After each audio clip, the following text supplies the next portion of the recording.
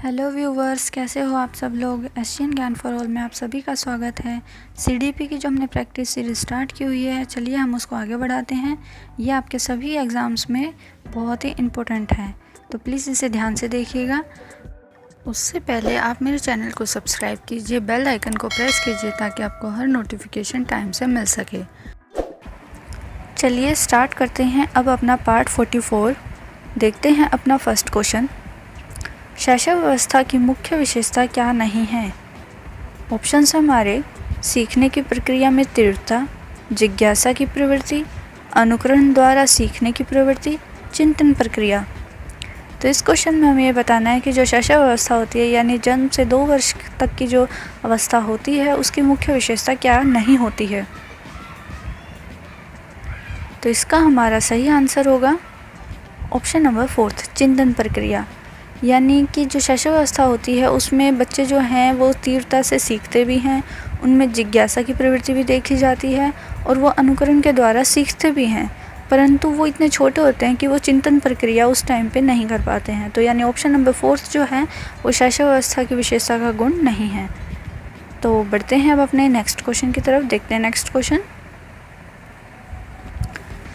किस मनोवैज्ञानिक के अनुसार विकास एक सतत और धीमी प्रक्रिया है। अब ये स्टेटमेंट किसने दी थी कि विकास सतत और धीमी प्रक्रिया है। ऑप्शंस हैं हमारे स्किनर, कोलसेनिक, पियाजे, हरलॉक।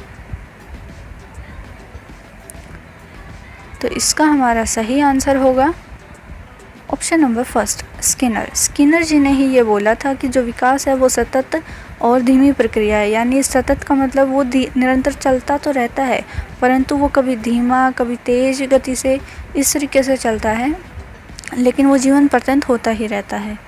तो अब बढ़ते हैं नेक्स्ट क्वेश्चन की तरफ। देखते हैं नेक्स्ट क्वेश्चन।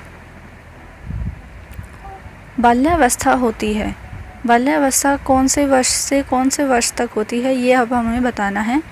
फर्स्ट ऑप्शन हमारा 5 वर्ष तक, 12 वर्ष तक, 21 वर्ष तक, कोई भी नहीं।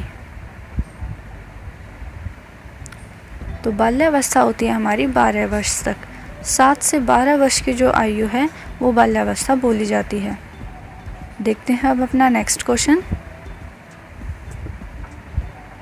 व्यक्तित्व विकास की अवस्था है, व्यक्तित्व विकास की अवस्था कौन सी है। इन चारों ऑप्शंस में से अब हमें चूज़ करना है। ऑप्शंस हमारे व्यक्तिवृत्त अध्ययन, उपचारात्मक अध्ययन, विशेष अध्ययन, अधिगम में वृद्धि। तो व्यक्तित्व विकास की अवस्था होती है ऑप्शन नंबर 4, अधिगम में वृद्धि। जब अधिगम यानी हमारे सीखने में जब वृद्धि होती है तो ये माना जाता है कि वो जो अवस्था है वो व्यक्तित्व के विकास की अवस्था है, यानी हमारे बिहेवियर में इम्प्रूवमेंट हो रही है। अब बढ़ते हैं नेक्स्ट क्वेश्चन पे। विकास में वृद्धि का तात्पर्य है, विकास में जो वृद्धि अगर होती है तो उसका तात्पर्य क्या होता है। ऑप्शंस है हमारे आकार, सोच, समझ, कौशल में वृद्धि। सेकंड है ज्ञान में वृद्धि। थर्ड है संवेग में वृद्धि। फोर्थ है वजन में वृद्धि। तो विकास में वृद्धि का जो तात्पर्य है वो होता है हमारा ऑप्शन नंबर 1, आकार, सोच और समझ के कौशलों में जब वृद्धि होती है तो माना जाता है कि विकास में वृद्धि हो रही है। बढ़ते हैं नेक्स्ट क्वेश्चन पे। देखते हैं नेक्स्ट क्वेश्चन। परिपक्वता का संबंध है। अब परिपक्वता का संबंध इन चारों में से किससे होता है ये हमें बताना है। ऑप्शंस देख लेते हैं अपने। बुद्धि, सृजनात्मकता, विकास, रुचि। तो परिपक्वता का संबंध होता है हमारा विकास से। ऑप्शन नंबर 3 जो है वो इसमें हमारा सही हो जाएगा। अब बढ़ते हैं नेक्स्ट क्वेश्चन पे। देखते हैं नेक्स्ट क्वेश्चन। तनाव और क्रोध की अवस्था है, तनाव और क्रोध की अवस्था कौन सी होती है। इन चारों ऑप्शंस में से देख के हमें बताना है। ऑप्शंस है हमारे शैशव अवस्था, बाल्यावस्था, वृद्धावस्था, किशोर अवस्था। तो इसका हमारा सही आंसर होगा ऑप्शन नंबर 4, किशोर अवस्था। किशोर अवस्था को ही तनाव और क्रोध की अवस्था कहते हैं और इसको ये स्टेटमेंट में बोलने वाले थे स्टैनले हॉल जी।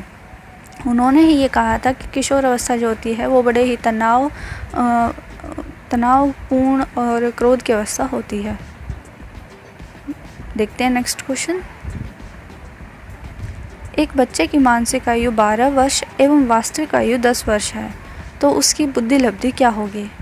अब बीने जी ने जो बुद्धि लब्धि निकालने का हमें फॉर्मूला दिया था, बीने और टर्मन ने, वो था हमारा कि मानसिक बुद्धि अपॉन में वास्तविक बुद्धि और गुना में 100।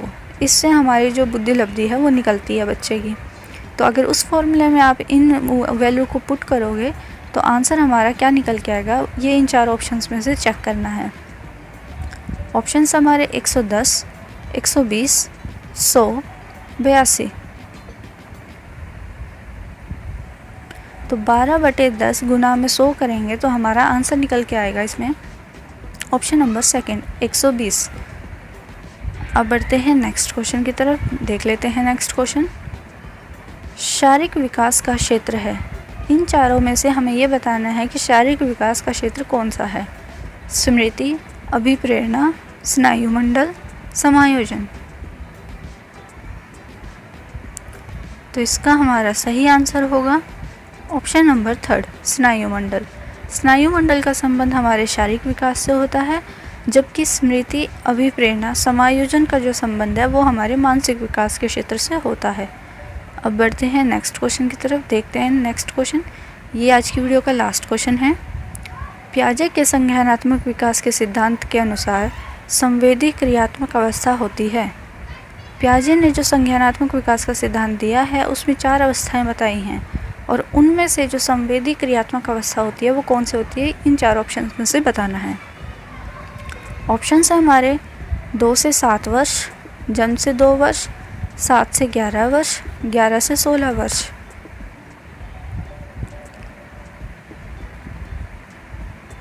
तो इसका सही आंसर होगा जन्म से 2 वर्ष, यानी ऑप्शन नंबर सेकंड जो है वो इसमें हमारा सही हो जाता है।